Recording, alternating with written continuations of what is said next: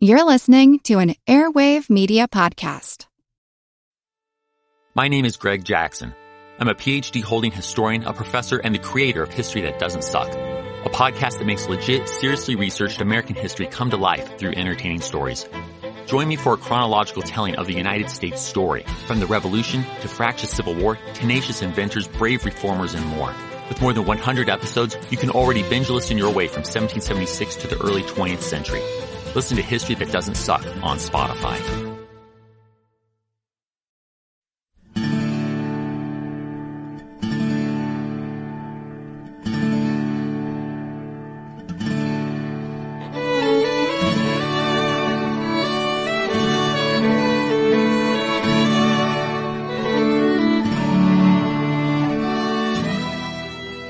Hey everyone, welcome to this special bonus episode of our Civil War podcast.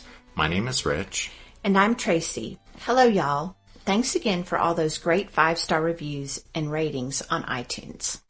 So as promised, we're devoting this show to taking a look at what America was like on the eve of the Civil War. The writer L.P. Hartley started one of his novels with the line, "The past is a foreign country. They do things differently there." And Tracy and I thought that quote, or that idea, would be a good starting point for this episode. Because as we look at what America was like before the outbreak of the Civil War, it's good to keep in mind that the past is very much like a foreign country. They did things differently there. Now we can certainly broaden our understanding of the war by studying the circumstances in which that tragic conflict took place, but as we take this look backward, we'll do well to remember what may seem obvious, that America was a very different place back then. As much as someone might like to imagine that we could go back in time to the America of 1860 and that we'd fit right in, it would actually probably be more like trying to fit a square peg in a round hole. Even though 150 plus years separate us from that time, obviously we'd share some similarities with Americans back then. I mean, we're all humans after all. But the truth is, the differences would undoubtedly far outweigh the similarities, and we'd probably have quite a bad case of culture shock. There would be a massive difference in attitudes, customs, and beliefs, which factor into how we interpret experiences and how we look at the world we live in. And even the basic underlying assumptions that determine how we tackle daily life have undergone enormous changes in the last 150 or so years. Just think about the technology we use today in our everyday lives. Things that most of us would be hard-pressed to live without, but things that would be totally alien to people back then. Things we simply take for granted, like electricity, refrigerators, ovens and microwaves, computers, automobiles, phones, and coffee houses. Man, you can guess who the coffee drinker in our household is. They drank coffee during the Civil War. Well, they did, a lot. But anyway, technological changes in the last 150 years would probably account for the biggest or the most visible difference between our daily lives and the daily life of folks back then. Really, technology has transformed how we interact with each other and with the world. And we should certainly be grateful for the advances in medicine and healthcare. But you guys get the idea. This introduction is really just to point out that as we make our way through the balance of this episode, we just wanted you to keep in mind that in a very real sense, the past really is a foreign country. They did things differently there.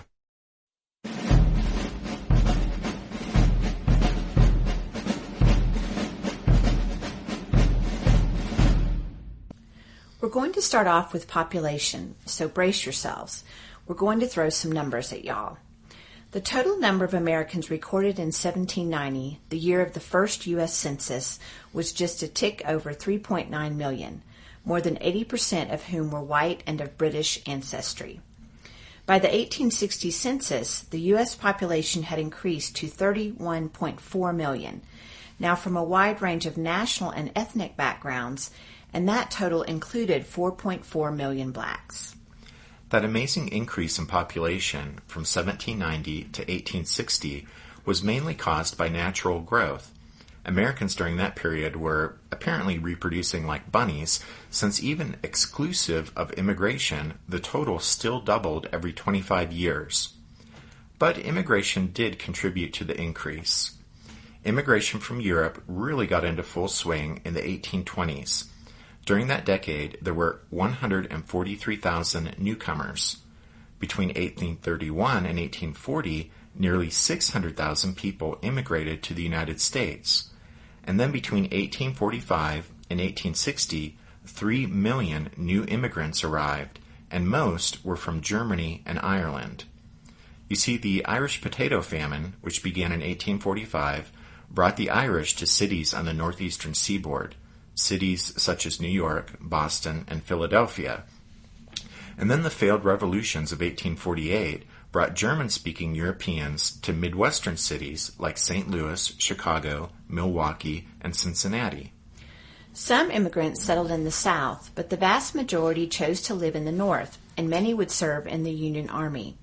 In fact, the large numbers of Germans and Irish who fought for the North, 200,000 Germans and 150,000 Irish, allowed the formation of full regiments of German and Irish volunteers. Some of the Germans actually spoke no or very little English. Of the 31 million people counted by the 1860 census, roughly 22 million lived in the North. And about a quarter of Northerners, some 5.5 million people, lived in cities. In fact, the country's largest cities were located in the North. If you look at a list with the 25 largest U.S. cities in 1860, there are only 3 southern cities on that list. New Orleans at number 6, and then you have to go all the way down to number 22 to get to Charleston, South Carolina, and at number 25 was Richmond, Virginia. So in the middle of the 19th century, Northern society was much more urbanized than the South. And yet, while 5.5 million Northerners were city dwellers, that still left some 16.5 million that lived in towns, villages, or on farms.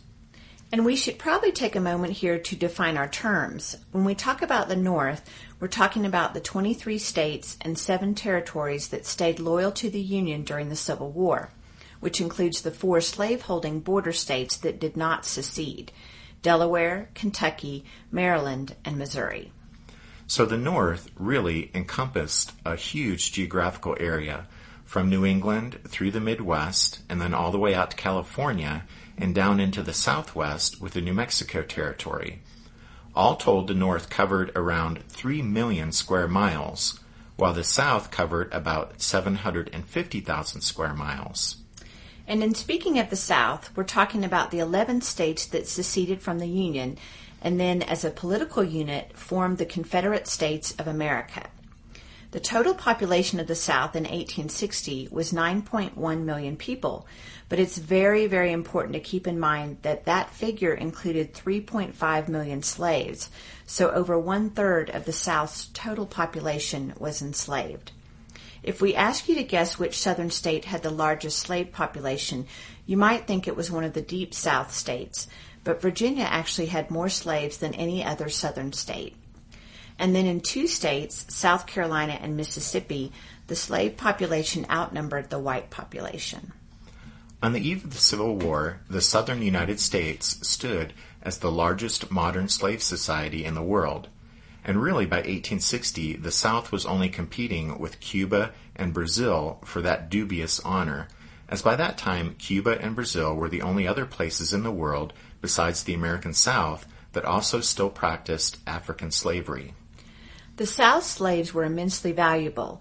Slaves were by far the most valuable commodities one could own in the Southern states. On the eve of the Civil War, the South's slaves were worth around $3 billion. That's billion with a B, a sum that exceeded the value of all the farmland in all the states of the South. Slavery was not only profitable, it was productive.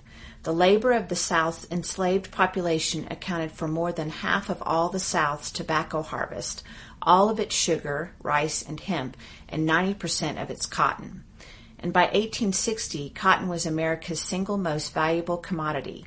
Cotton accounted for half the value of all the United States exports, as the South was producing 2/3 of all the commercially grown cotton in the world. King Cotton made some in the South fabulously wealthy. Although the South had just 1/3 of the U.S.'s white population, The region contained 2/3 of the men worth $100,000 or more. As Bruce Levine explains in his book, The Fall of the House of Dixie, quote, "The typical master owned between 4 and 6 slaves.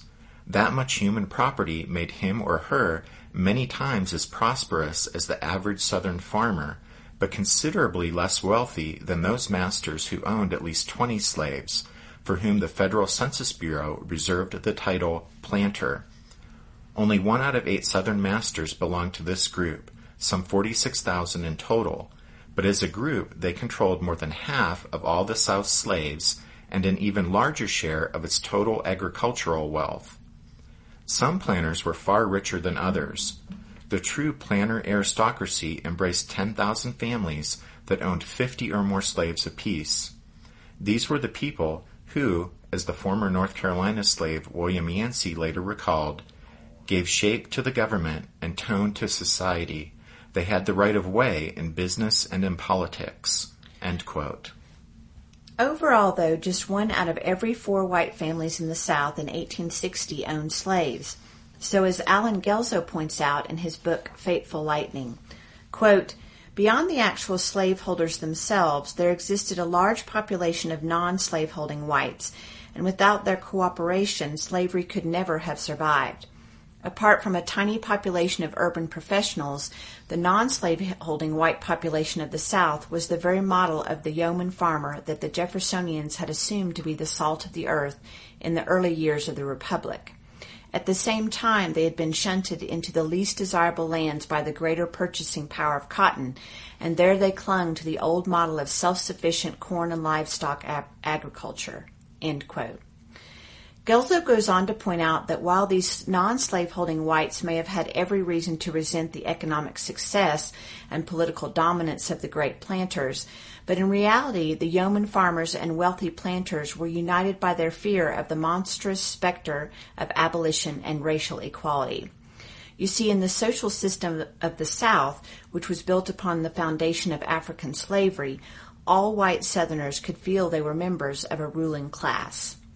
In explaining this white racial solidarity, Alabama lawyer Hilary Abner Herbert said, quote, "The privilege of belonging to the superior race and of being free was a bond that tied all Southern whites together." End quote. As we've pointed out before on the podcast, the South used racism to justify the practice of slavery.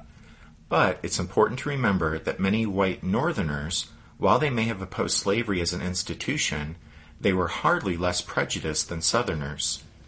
Sadly, throughout most of the North, free blacks had to deal with the ongoing reality of segregation, discrimination, and open racism. It's hard to believe, but in 1860, Indiana, Illinois, and Iowa barred blacks from entering the state. Massachusetts was the only northern state that allowed blacks to serve on a jury. And many, but not all, public schools were segregated, especially the ones in cities and larger towns, those of New York, New Jersey, Pennsylvania, and southern Ohio. In those places, segregated schools for blacks were distinctly second-rate and poorly maintained. While many white Americans on both sides of the Mason-Dixon line may have been linked by their racist attitudes, nevertheless, the yawning divide separating freedom from slavery gave emphasis to the differences between North and South, rather than similarities. So we'll spend the rest of this episode looking at some more of those differences. Did archaeologists discover Noah's Ark? Is the rapture coming as soon as the Euphrates River dries up? Does the Bible condemn abortion? Don't you wish you had a trustworthy academic resource to help make sense of all of this? Well, I'm Dan Beecher, and he's award-winning Bible scholar and TikTok sensation Dr. Dan McClellan, and we want to invite you to the Data Over Dogma podcast, where our mission is to increase public access to the academic study of the Bible and religion, and also to combat the spread of misinformation about the same. But, in a fun way.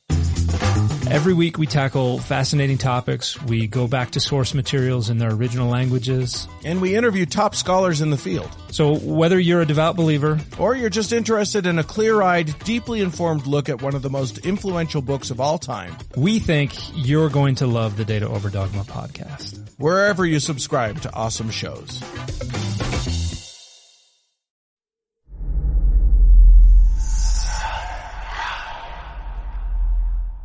Hey y'all, spooky season is here. And if you're looking for a show to whet your appetite for a little haunted history, then I'd like to invite you to check out Southern Gothic, a chart-topping history podcast that explores some of the most infamous legends, folklore, ghost stories, and hauntings of the American South. We've covered all sorts of stuff from the Bell Witch of Tennessee to the disappearance of the Confederate submarine, the H.L. Hunley. Not to mention our deep dives into the local lore of some of America's oldest and most haunted cities, like New Orleans, Charleston, and St. Augustine. So, if you're ready for a little good old-fashioned Halloween storytelling with a commitment to quality historical research, then be sure to check out Southern Gothic today. It's available now on all your favorite podcast apps. We've already talked about the sizable disparity in population between the two sections of the country, and that southern cities were small by comparison with their northern counterparts. Another significant contrast can be found between the economies of the North and South. If considered apart from the North, the South in 1860 had the world's fourth most prosperous economy. As we've already mentioned, most of that economic power was derived from cotton, or king cotton as the South liked to think of it. The 1850s were boom years for cotton. During that decade, the price of cotton jumped more than 50%. Sugar and tobacco prices and production similarly increased. The demand for these staples caused planters to put every available acre into these crops. But to a large extent, this meant the Southern economy was a one-trick pony. With the concentration on growing cash crops like cotton, sugar, and tobacco, output of Southern food crops actually declined in the 1850s. And though an agricultural society, the antebellum South was heading toward the status of being a food deficit region. Although the South had more agricultural acreage, the North's farm production was more diversified and yielded far more food crops, such as corn, rye, wheat, and barley. And while the South was content to rely on slave labor to work their fields, in the North, farmers used technological advances such as mechanical reapers, mowers, rakes, and separators to increase agricultural production. As a result of this technological advantage, although the number of men in the North engaged in farming decreased during the course of the war, farm production actually increased. In fact, the North's farms proved able to not only feed the population, but also to provide surplus for trade overseas. And whereas the main capital investment in the antebellum South was in slave labor, the North's economy was more robust, as wealth was not only poured into agricultural diversification and modernization, but also into industry, mining, manufacturing, and railroad expansion. Technology harnessed to both agriculture and industry, plus a huge influx of immigrants to serve as a ready labor force, created a dynamic economy in the North. Industrially, the South lagged far behind the North. In 1860, about 140,000 factories were located in the North, which employed nearly 1.5 million workers who produced almost $2 billion worth of goods. The South, by contrast, had only 20,000 factories employing 100,000 workers. And although the South had actually been an early pioneer in railroad construction in the 1830s, by 1860, the North had a decided advantage in this critical area. At the outbreak of the war, 70% of the country's railroad mileage, 22,000 miles versus 9,000 miles, was located in the North, as well as about 95% of rolling stock and railway equipment. And during the war, the layout of the South's railroads also put it at a strategic disadvantage. You see, Southern rail lines had been built mostly with a view toward moving cotton from the interior to the coastlines, so the best Southern railroads ran north-south toward the Gulf Coast. Southern rail lines running east-west often had to rely on rickety, inadequate connector lines, which hindered lateral, strategic movements during the war. And logistically, the South's rail lines would also prove incapable of carrying food and supplies to the Confederate armies. Especially during the latter stages of the war, Confederate soldiers in the field were often literally starving while food lay rotting in Southern warehouses. The North, on the other hand, had excellent interlocking east-west rail networks, which would greatly facilitate strategic movement during the war, and also allowed a considerable portion of the Midwest's agricultural bounty to be transported to the eastern seaboard for consumption and for export.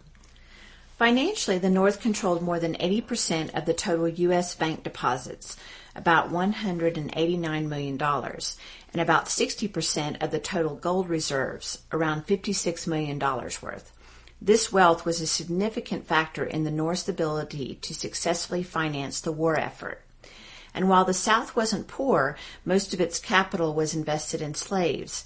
So at the outbreak of the war, the Confederacy controlled just under 20% of the total U.S. bank deposits, about $47 million, and around 40% of the total gold reserves, about $37 million worth. A short-sighted policy early in the war of withholding cotton from European markets in a clumsy attempt to pressure Britain and France to support the Confederacy ended up backfiring and deprived the South of much-needed revenue. As it was, the Confederacy was never able to successfully finance the war effort, and during the war years, the South's economy was crippled by runaway inflation.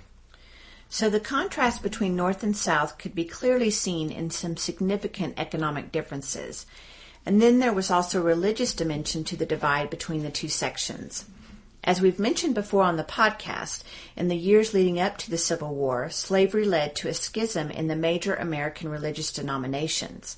The two largest churches, the Baptist and Methodist, split into northern and southern branches, and the Presbyterian Church divided into two schools of sharply differing theological and social beliefs.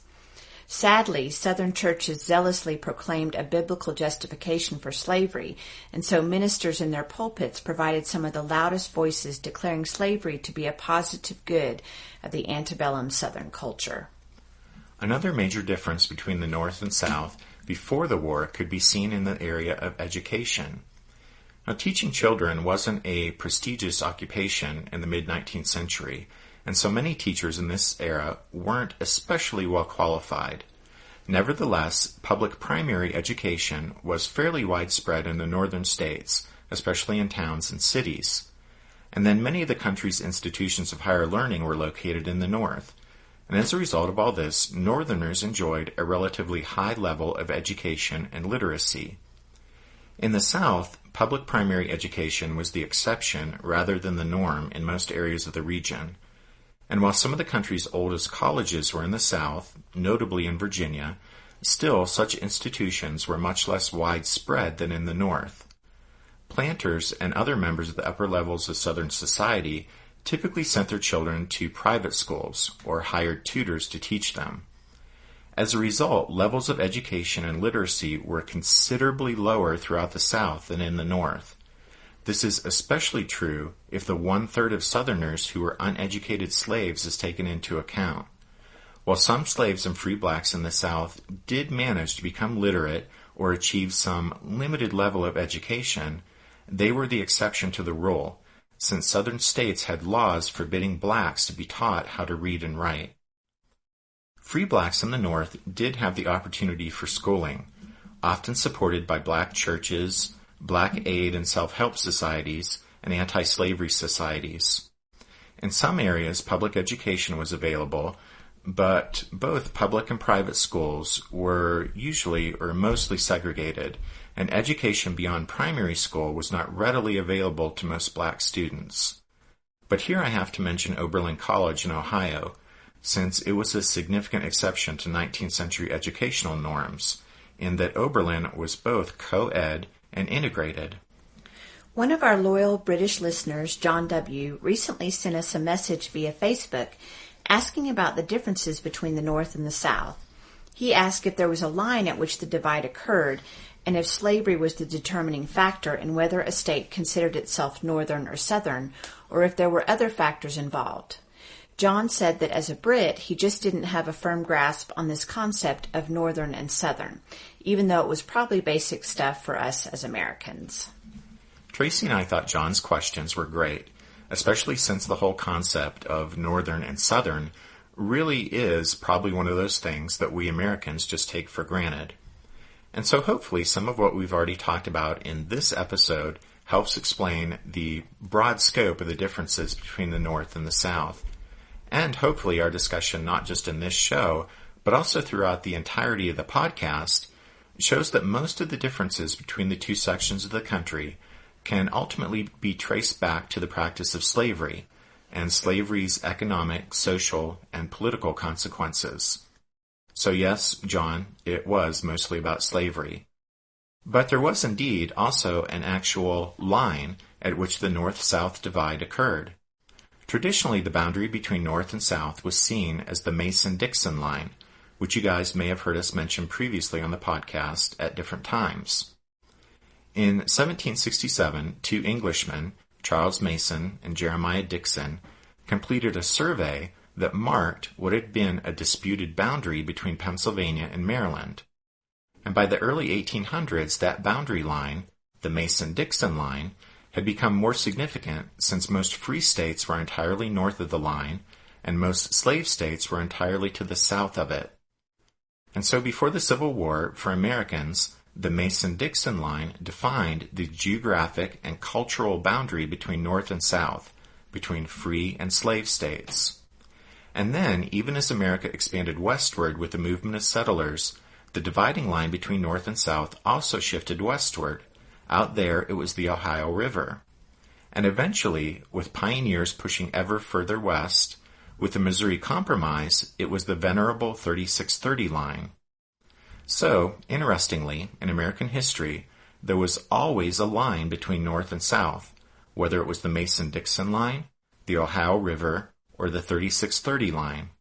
And significantly, these lines were always recognized by Americans not just as geographic boundaries, but as the divide between free states and slave states.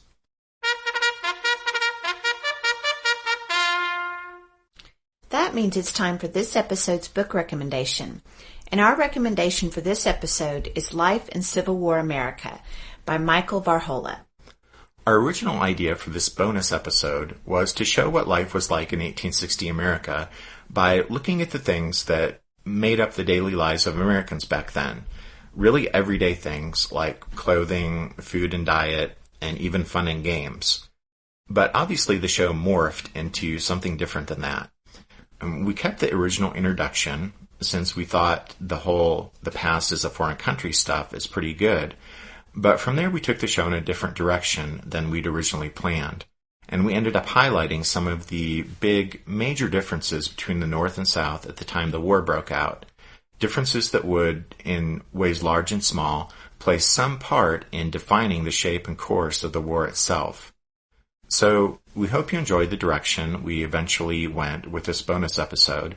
But, if you're interested in our original idea, revolving around the daily lives of people back in those olden days, then you can check out Life in Civil War America by Michael Varhola. As always, you can find all of our book recommendations by going to the podcast website, which is www.civilwarpodcast.blogspot.com. Thanks for joining us for this special bonus episode of The Civil War, 1861 to 1865, a history podcast. We hope you'll join us for our next regular episode, which will be about Jefferson Davis. But until then, take care. Thanks, everyone. Bye.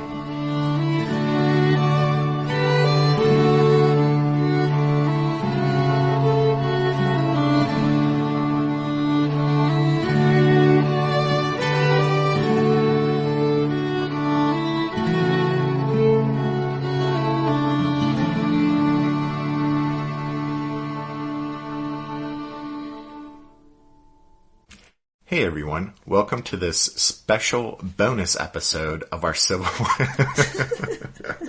What is that about? I don't know.